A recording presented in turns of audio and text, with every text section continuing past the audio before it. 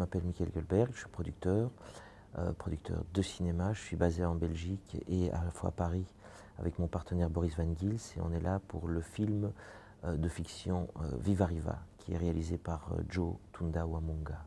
Viva Riva, c'est l'histoire d'un petit gangster, d'un petit Quinois qui a quitté sa ville pendant 10 ans, qui revient après 10 ans, qui revient avec des dollars plein les poches, et en fait qui va retourner sur les traces de son passé, et en même temps, il est poursuivi par des Angolais à qui il a volé une cargaison d'essence.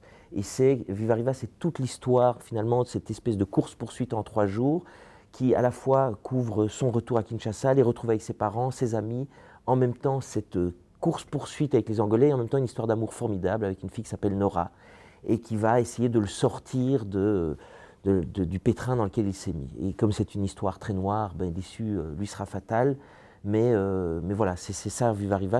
On le pitch souvent d'ailleurs comme une sorte de Scarface à Kinshasa. Vraiment l'intention première, c'est de raconter une histoire de fiction pour, comment dire, séduire le public, l'emmener.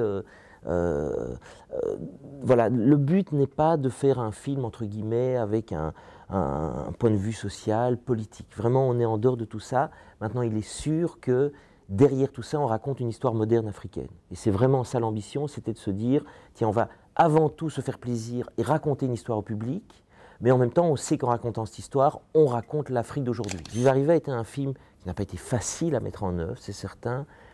C'est lié aussi parce que c'est un premier film. Un premier film est toujours long à produire. Je pense que si Viva Riva n'avait pas été un premier film, on l'aurait produit plus vite. Je pense sincèrement.